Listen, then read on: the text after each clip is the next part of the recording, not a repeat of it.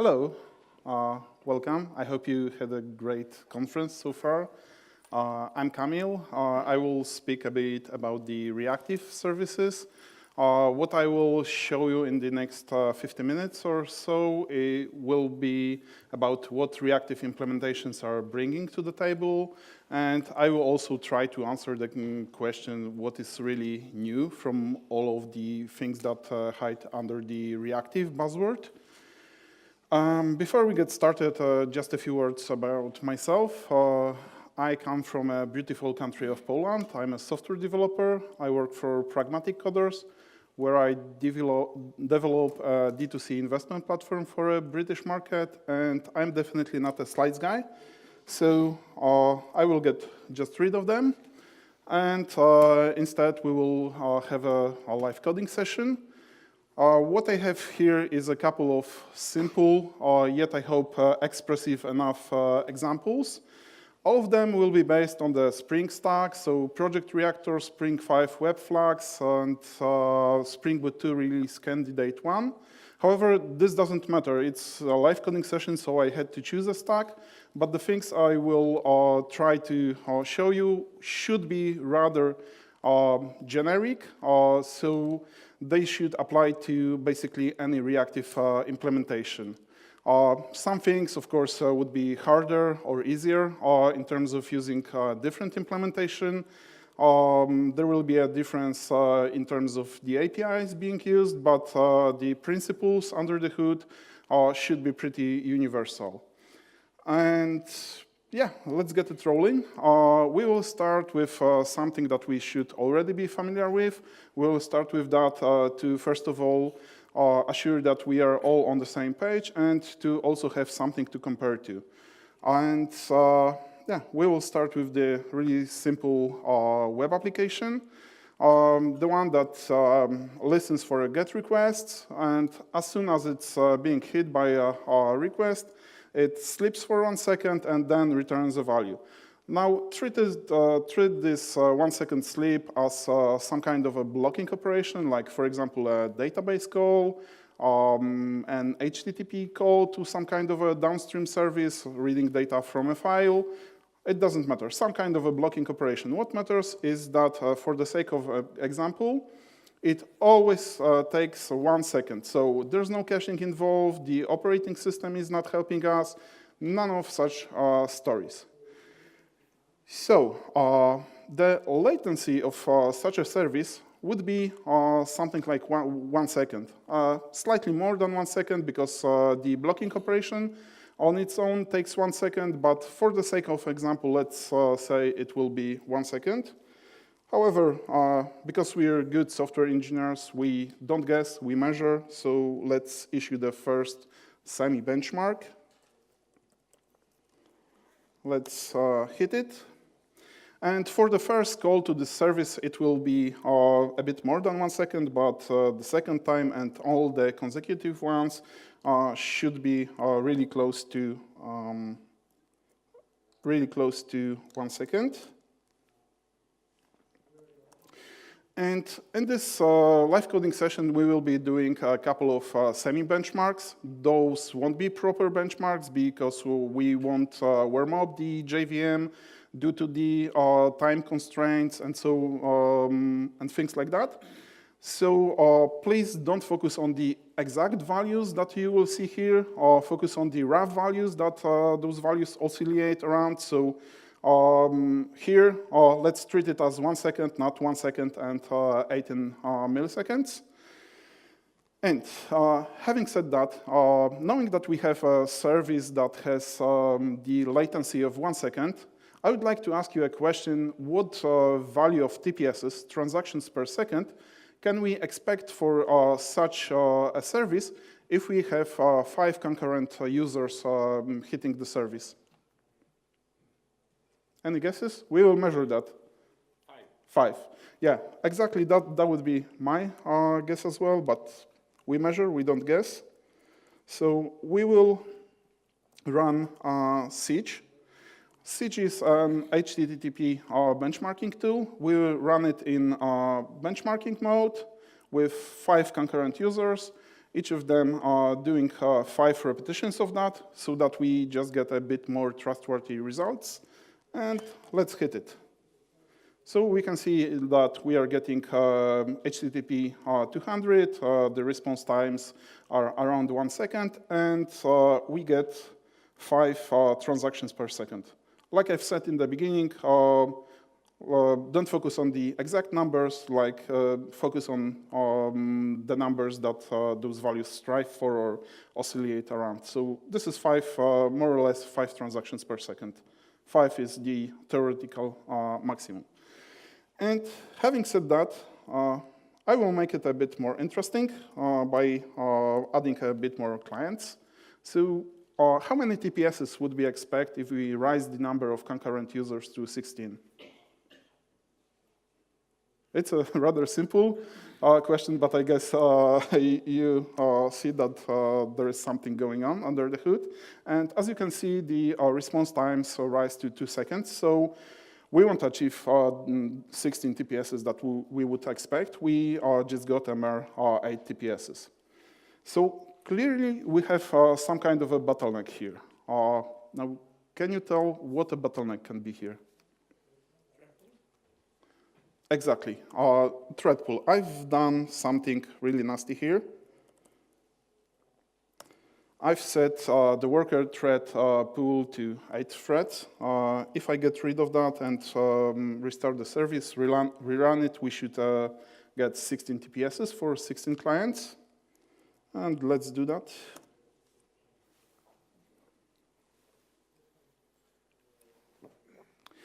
However, for some reason, let's say it was a valid reason, we need to keep this 8 worker threads here. However, we would like still to be able to achieve 16 TPSs with this implementation that we have. So how can we do that? Like, the only way that I'm aware of is by moving the blocking operation to some kind of an other thread. So let's try to do that. We will leverage the asynchronous processing capabilities introduced by servlet specification 3.1, so ages ago, like really a lot years back in the history. We will use Spring abstraction for that, so that we don't have to go to all the plain servlets. And yeah, let's do that.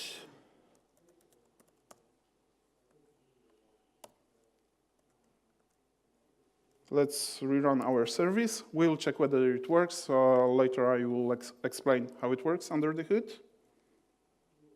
So we still have 8 threads processing incoming requests on Tomcat, but we are able to get close to 16 TPSs. And what is going on under the hood is all the magic is being done by the Spring. It just leverages the asynchronous processing. So it moves this whole computation to some other thread. However, there is something missing in this implementation. The really crucial thing that is missing is lack of control over those threads that these operations are being moved to. So we cannot limit that, we cannot control that. Can we do that? For sure, it's feasible. Let me just show you how it works. I won't do live coding for that. Because as you can see here, it's not that simple. It involves some deferred result set under the hood, using completable features, applying something asynchronously, and the goal that the problem that we were trying to solve here is buried deep down under all those technicalities. Basically, the ratio of signal to noise is really, really bad. So what we would want in our services is for them to be performant. However, we wouldn't want to end up with something like that because it just blurs the image. It's hard to maintain, and yeah, the controllers should be damn stupid. They should only accept payloads, validate it, and delegate to the domain. So can we do a bit better than that? And as you can probably guess, reactive is one of the answers. Let me copy this endpoint, and we will see whether we can do it a bit better. So instead of callable, we will return a mono. Mono is a reactive producer that can produce 0 or 1 value. And this mono will be created using a factory method that accepts a callable. And yep, let's run the service. And we will rerun our benchmark against this implementation. And in a second, I will explain what's happening under the hood. So again, we have 16 concurrent clients. And because it's reactive, it should be super fast. So it should reach 16 TPSs, because this is the theoretical maximum. However, as you can see, we won't achieve that. We will get no more than 4 TPSs, I guess. Let's wait for the results.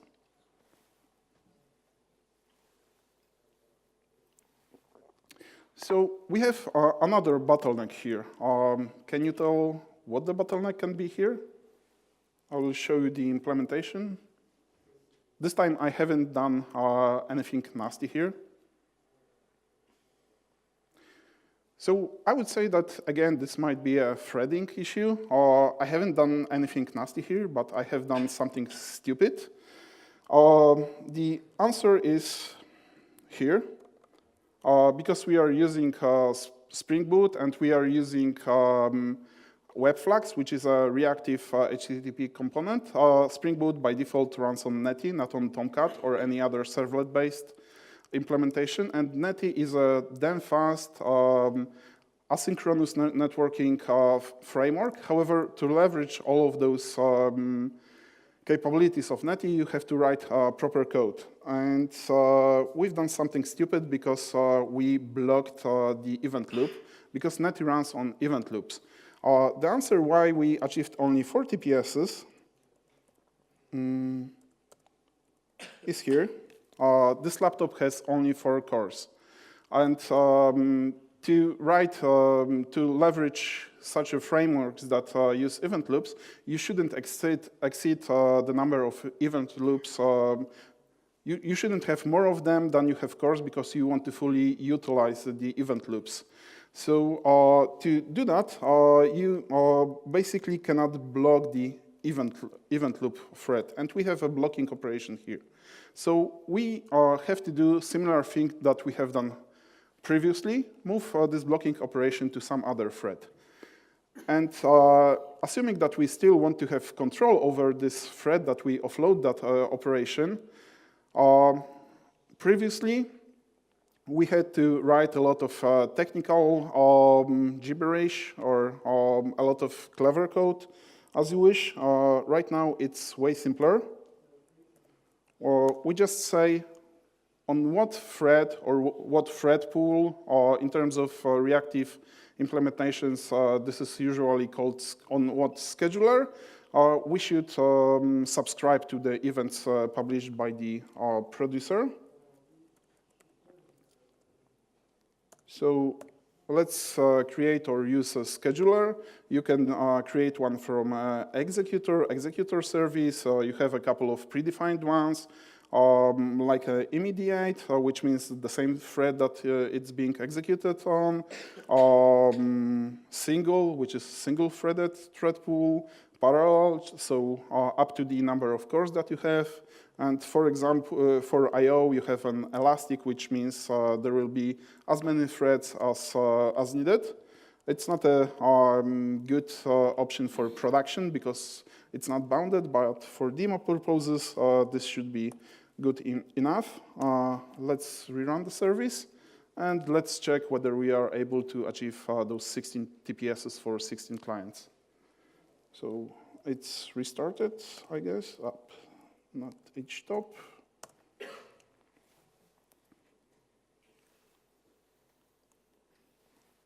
And yeah, we were able to achieve 16 TPSs. So what reactive implementations are giving us here is the relatively easy and relatively secure way to do things asynchronously, to execute our code concurrently. We don't have to combine all of those different responses, completable features, and all of those technicalities. Here, the ratio of signal to noise is really, really good. However, this is not the only thing that reactive implementations are giving us. So let me move to the next example. Again, this will be on web application, listening on GET requests. This time, we're returning a flux instead of mono. A flux is a producer that can produce any number of values. So it can be 0, 1, 2, 3, 5, 500, 50, 1,100, or even an infinite number of values. And what we are doing here, we're simulating generation of some large documents. So each second, we're generating a number. We take first 9 numbers, and then we map them to a document. Treat this document as a really, really large object, like 1 gigabyte PDF, for the sake of example. So let's run this service. Let's see how it works. And then we will get into the details and problems with this implementation.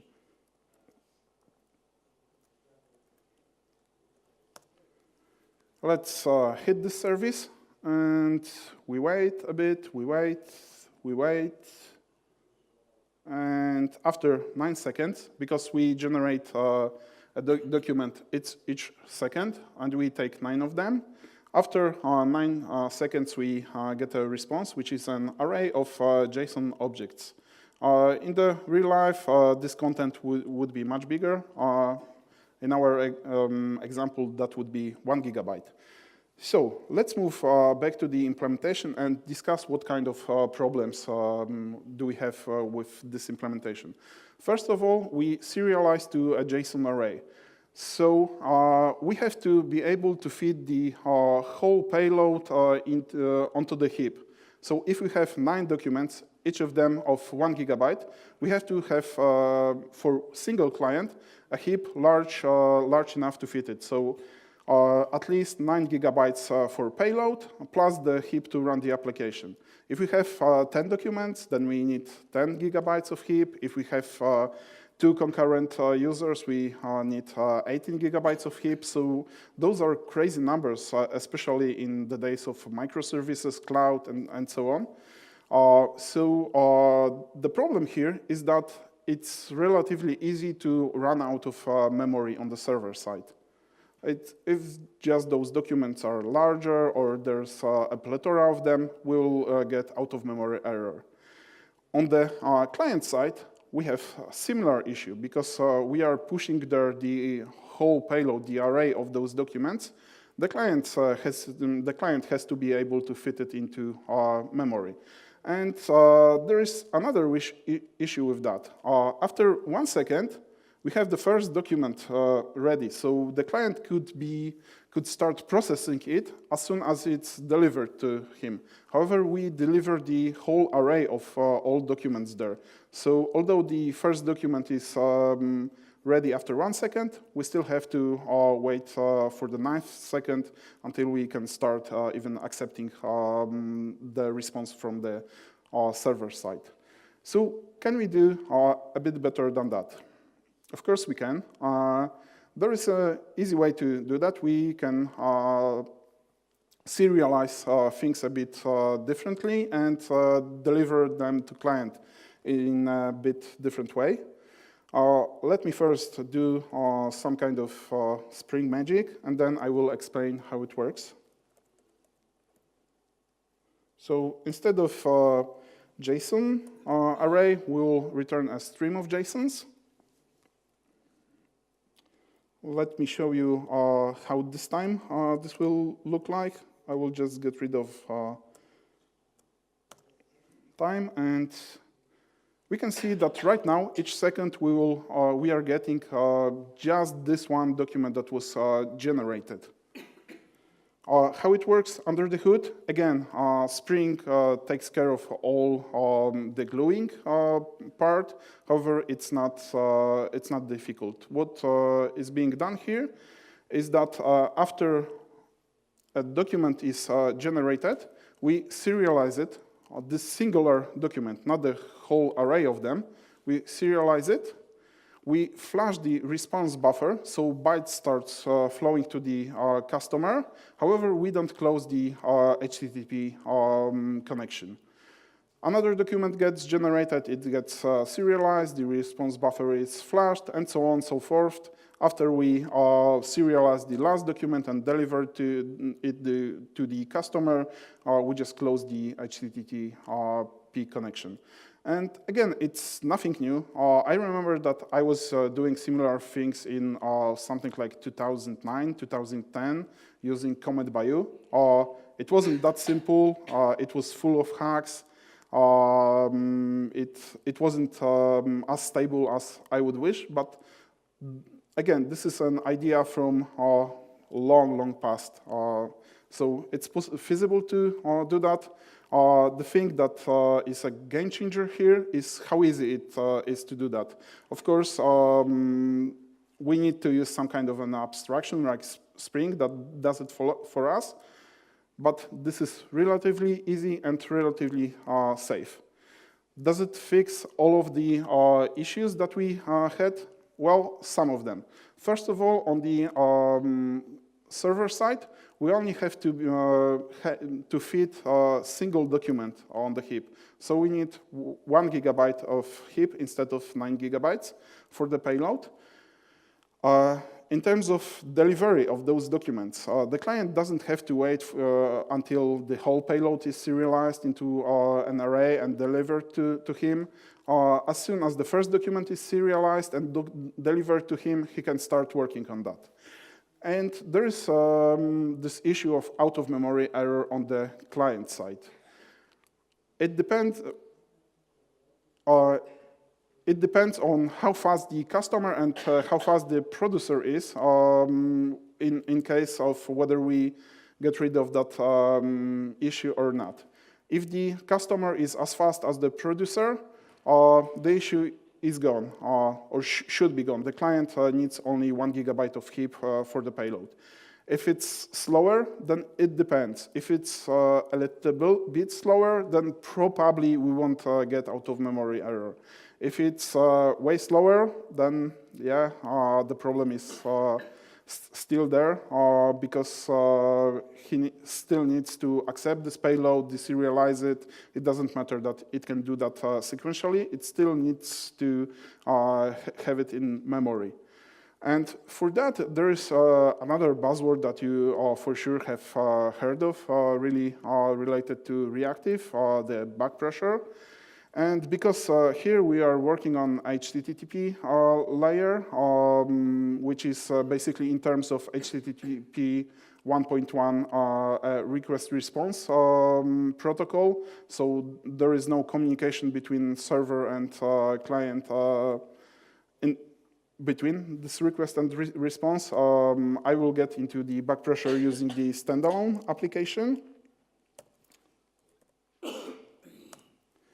And before I show you what it does, I will just run it.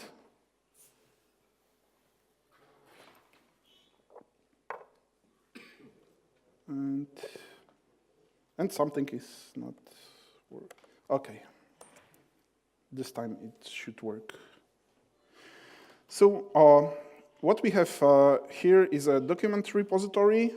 This repository returns flags. So a reactive producer that should be capable of handling backpressure. And in this repository, we have 9 documents, and each of those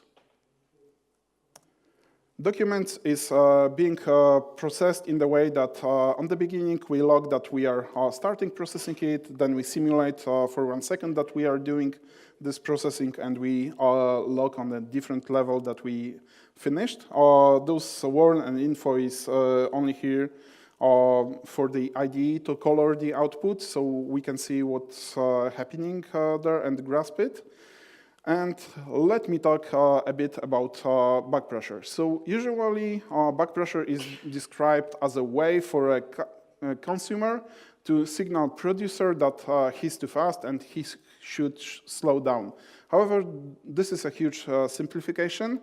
I will extend a bit this definition. However, still this will be a simplification. So backpressure, in an essence, is a strategy of dealing with a too fast producer, and telling him to slow down is just one of those strategies. You can tell the producer to, for example, buffer on his side, or that you as a consumer will error out as soon as you detect that you are unable to keep with the pace of the events generated by the producer. You can tell that you are uninterested in all the events that you are unable to keep with, or that you are only interested in the last seen one. And there are a few more strategies like that. But hearing that, you for sure hear that there are two parties. There's a customer, a producer, and there is some kind of a protocol between them. And we will start from the producer side. Now, what does it mean for the producer to support backpressure? Well, one of the things would be that it doesn't overflow you with events if you don't want them at that time, or you are unable to keep up with them. And here we are processing all the documents in a synchronous way, one after the other. So let's check whether our repository supports backpressure fully. And for that, I have a simple test. It involves debugging, but it's not as hard as it sounds. What I usually do is I put 2 breakpoints. First of them on accessing the repository, and then within the logic that processes consecutive events. Let's run the debugger. And within the debugger, I open up the memory view. This is this one? Yeah, this one. The first breakpoint is only here as a checkpoint to get a snapshot of what's on the heap. And the other breakpoint is the one that is interesting for us. So let's resume processing, and let's take a look at what's on the heap. And we can see that we have 9 documents on the heap. So the whole data set that we had. And we are processing those documents synchronously, so it would be enough for us to have just one of them at the time on the heap. And let's take a look why it's like that. Let's open the implementation. This time it's a JPA-based one implementation. And although we are returning a Flux, a producer that is capable of supporting backpressure, it's not done properly, because we create this Flux from an iterable, from a list that is already on the heap. So basically it's impossible to have just one document on the heap, because we materialize it before the Flux is even being created. And in terms of JPA 2.1, there is no simple way to get around it. In JPA 2.2, there was a method added there to create a stream for the query results. So for JPA 2.1, even doing things like that won't get you far, because still, you are creating a stream from something that is already on the heap. But in terms of JPA 2.2, you would be able to do things like that, so the stream would not be on the heap. It will be flowing through the heap. However, if you are still on the JPA 2.1, which is, I guess, most of the cases, then you have to use something different. And if you need to use an ORM, you can get around it by using a specific implementation. And we will use Hibernate for that. So let me change this. Let's rerun our benchmark, and let's see whether it's a bit better. So the first checkpoint is only here. First breakpoint is here only for checkpoint. If we go to processing the first document, I would expect to have only one document on the heap, and indeed we have. If we resume processing, on processing the second document, we have 2 documents on the heap. On processing the third one, we will have 3 documents on the heap.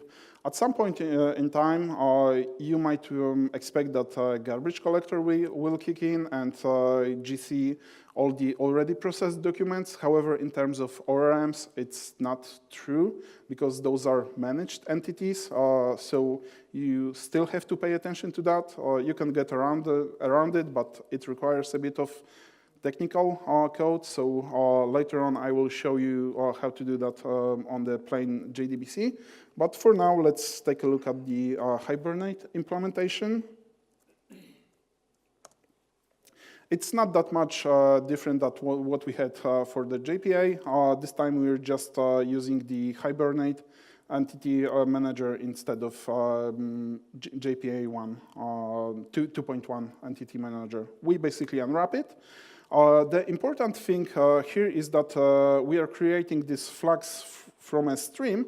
However, when this flag terminates, so if it runs out of the documents to be pushed to subscribers, or if there's an error, we close the results stream so that we do not leak connections, resources, basically doing stuff properly. And having said that, the GC can be a problem here if we have a plethora of those documents or if they are large.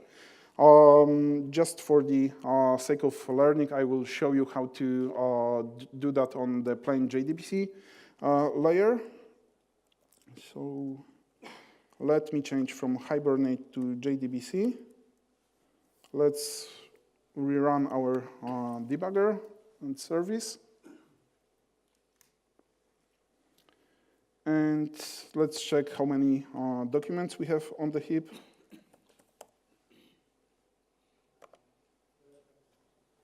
And yeah, and we have one. So the JDBC implementation can look like this. This is not a generic implementation. It's tied to this use case. It would be hard to do that for JDBC because JDBC is a blocking specification and it involves specifying the types. But for the sake of learning, this is something, I guess, worth taking a look at. So what we basically do here is we get a connection from a data source, and then we set auto-commit to false. So for example, we can use a DB cursor. That would be a sufficient thing here to implement something like, to simulate something reactive. We create a statement, execute a query from which we get a result set, and from the result set, we create a flags, and then on termination, we have to remember to close the connection. And we turn the result set into the iterable in a really simple way. We just check whether there's a new element in the result set. If so, we return true. If not, we have to close the connection and return false. And the most non-generic thing here is mapping this element to our domain object. We basically have to say how to map the row within the result set into our domain object. So all those get ints, get strings, get longs, and so on. And this makes for something hard to generify. However, I really recommend to you to try out to write something like that on your own. And I forgot about one thing to show you regarding Hibernate implementation. So let me rerun it. As you remember, in Hibernate, we were getting as many documents as we needed, so basically one. But the interesting thing is how many Hibernate queries were we issuing. So let me search. And we have the query on this part when we are issuing find all on the repository. However, this is the last query that it's done under the hood. The rest is provided by Hibernate, and it was possible also from really, really long time using streaming result set and so on. So we already know how to handle backpressure on the producer side. What about the client side? So let me change this code a bit. Let me just move this logic to a class that will allow me to show you a couple of interesting things. So instead of a lambda, we will have our own implementation of subscriber. And this subscriber extends some base class. It all works as it used to do. The processing of documents happens on the hook on next method, which is an extension point that we can hook into. However, let's see what's happening under the hood. Let me hook into another extension point, which will be hook on subscribe. And hook on subscribe kicks in when we subscribe to events from the producer. And let's see what's being done on the by default. So by default, we are requesting a really large value of elements. Actually, this is not a large number of elements. This longmax value is a special value, or the so-called unbounded request, which basically says to the producer, give me everything that you will produce. So let's play around with that. Let's, instead of asking for everything, let's request one element. So if you take a look at what's here, if we ask for everything, we will have all of 9 documents processed. And if we on subscription ask for just one element, we will get one element processed, and basically that's it. If we ask for 2 elements, we will get 2 elements processed, and that's basically it. Let's try to do that a bit differently. We will ask for one element during the subscription, and after processing it, we will ask for another one. So what will happen right now? We will process the first one, then we will ask for another one, and so on and so forth after all the documents are processed. Now, what will happen if I will ask for 2 elements here? So on subscription, we will ask for the first element, and then after processing it, we will ask for 2 more, and after processing each of them, we will ask for 2 more. So, yeah, I have to say on what threads we are.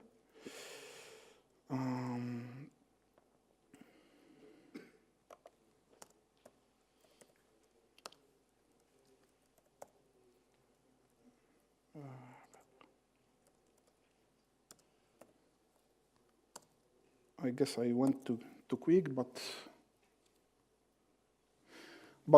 that will show you how it will work. So we are processing the first document, then we are processing 2 more documents, then we are asking for 4 more documents, and so on, so forth.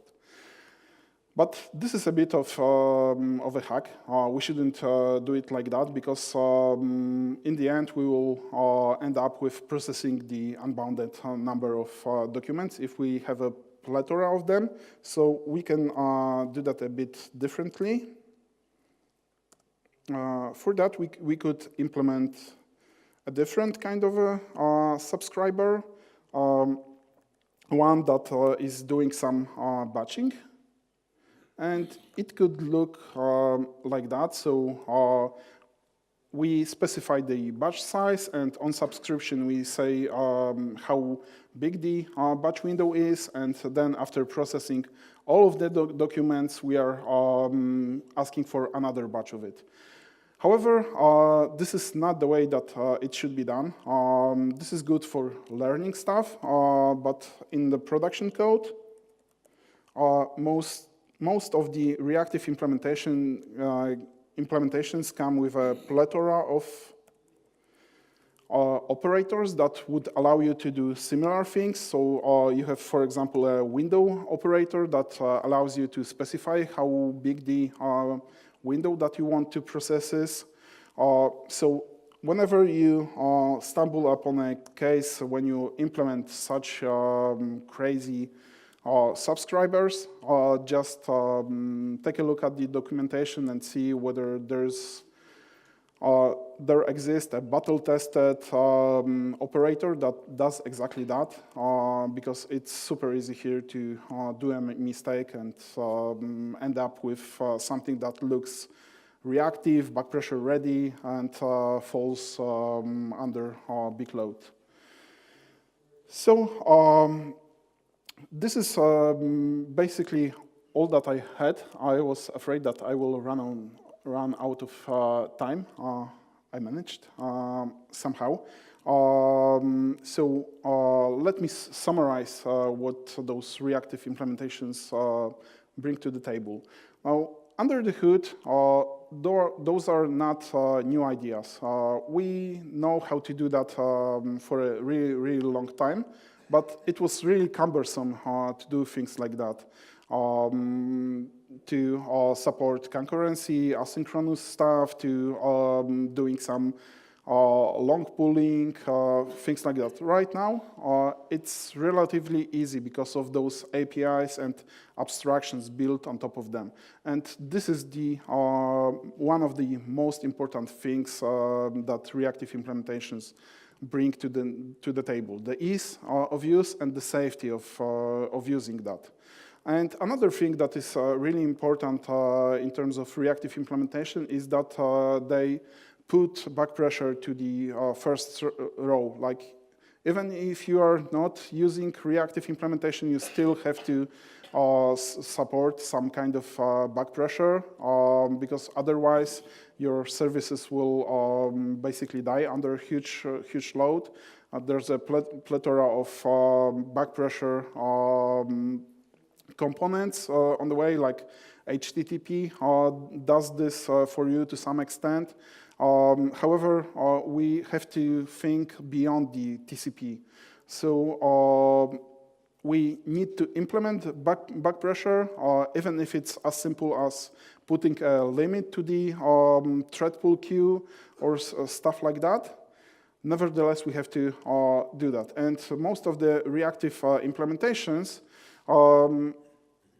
again, come with APIs that make it a bit easier. And when you speak about reactive implementations nowadays, it's rather sure that someone will bring up the backpressure related stuff. So a shout out for this discussion. Those are, in my opinion, two most important things related to reactive buzzwords.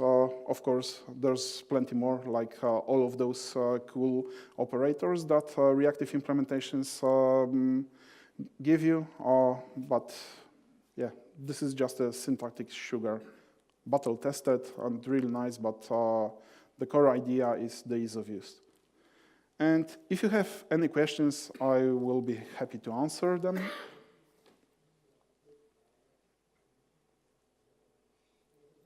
Okay, if there are none, then I would like to thank you for the attention. I hope that you find this live coding session useful, and I wish you services that can stand like the pressure that is put on them. So, thank you.